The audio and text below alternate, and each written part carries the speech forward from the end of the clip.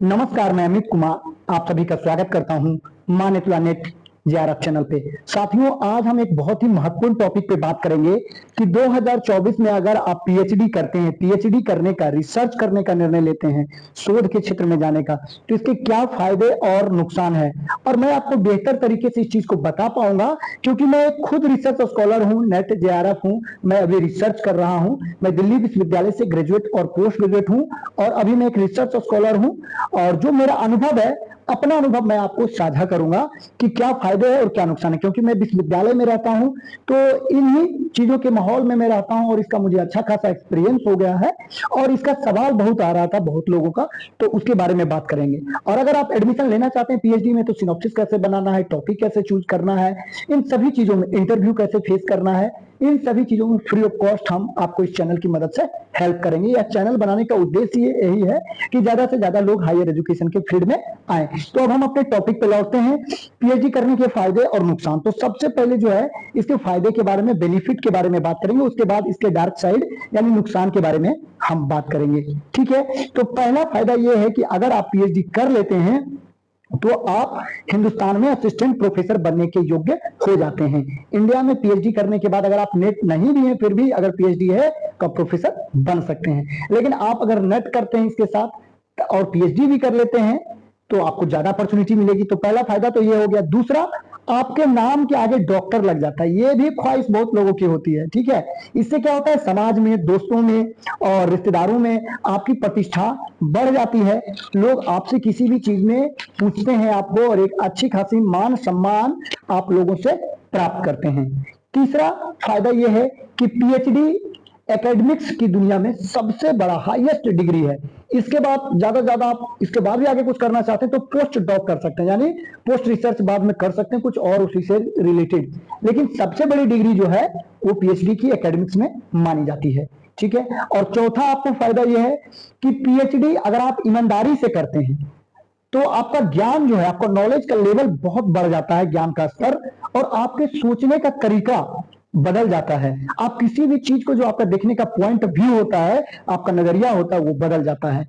तो ये एक सबसे बड़ा फायदा है। और पांचवा फायदा है कि अगर आप पीएचडी के साथ जेआरएफ है, जैसे कि मैं जेआरएफ हूं, तब आपके लिए आम के आम और गुठलियों के दाम। ये कहावत है कि दोनों तरफ से आपको फायदा होगा कि 5 साल में लगभग 30 लाख के आसपास फेलोशिप भी मिलेगा और पीएचडी की मानद उपाधि, डिग्री भी आपको मिलेगी।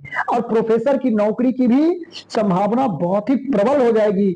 90% कंफर्म हो जाएगा कि आप असिस्टेंट प्रोफेसर बन के रहोगे अगर आपका जेआरएफ भी है, पीएचडी भी है।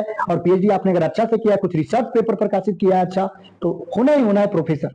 ठीक है, तो ये सारे फायदे की बात कर ली। अब हम आते हैं इसके डार्क साइड का, नुकसान का। ये तो फायदा हो गया। नुकसान ये होगा कि आपके लाइफ का बहुत ज्यादा समय आपके पढ़ाई में चला जाता है। ठीक है, जिन लोगों के पास है कि हमको जितना जल्दी जॉब लग जाए, तो उनके लिए फील्ड नहीं है, ये बहुत ही टाइम टेकिंग है। दूसरा, बिना जेआरएफ के लिए पीएचडी करना मुश्किल हो जाता है क्योंकि आपको कोई फेलोशिप नहीं मिलेगा और 4-5 साल तक आपको काम करना है। और जेआरएफ और पीएचडी करते करते आपका एज कम से कम तो 25-26 से ऊपर ही हो जाता है, नीचे नहीं रहता है। ठीक है, तो उस एज में आपके पास थोड़ा पारिवारिक जिम्मेवारी भी आ जाती है, फैमिली भी कहने लगती है कि कितना हम आपके पढ़ाई को सपोर्ट करें, तो ये होता है। तीसरा नुकसान है कि अगर आपके अंदर पेशेंस नहीं है, धैर्य नहीं है, तो पीएचडी करना बहुत ही मुश्किल है आपके लिए। क्योंकि पीएचडी बहुत ही, एक तरह से कहें तो आसान भी है। जिनको रुचि है कुछ नया जानने की, समझने की, ज्ञान के पिपासु हैं, कुछ नया खोजने की, या जिन लोगों ने कुछ पहले से खोज दिया है उसको समझ के कुछ नया व्याख्या करने की, तो उनके लिए तो बहुत मजेदार प्रोसेस है। लेकिन जिनके अंदर पेशेंस नहीं है और कुछ नया में रुचि नहीं है, तो उनके लिए बहुत ही डेंजरस हो सकता है। चौथा आपका नुकसान यह है कि अगर रुचि नहीं है रिसर्च में, लेकिन आप प्रोफेसर बनना चाहते हैं और प्रोफेसर बनने के लिए पीएचडी डिग्री जरूरी हो जाती है, तो भी आपके लिए रिसर्च मुश्किल हो सकता है। और सबसे लास्ट नुकसान यह है कि अगर आप नेट जेआरएफ नहीं है तो आपको थोड़ा गाइड मिलना मुश्किल हो जाता है।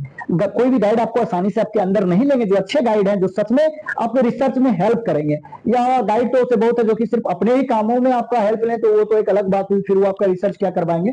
लेकिन अगर आपके रिसर्च में आपको कोई हेल्प करने वाला गाइड चाहिए, तो वो देखें कि आपके पास जेआरएफ है या नहीं है।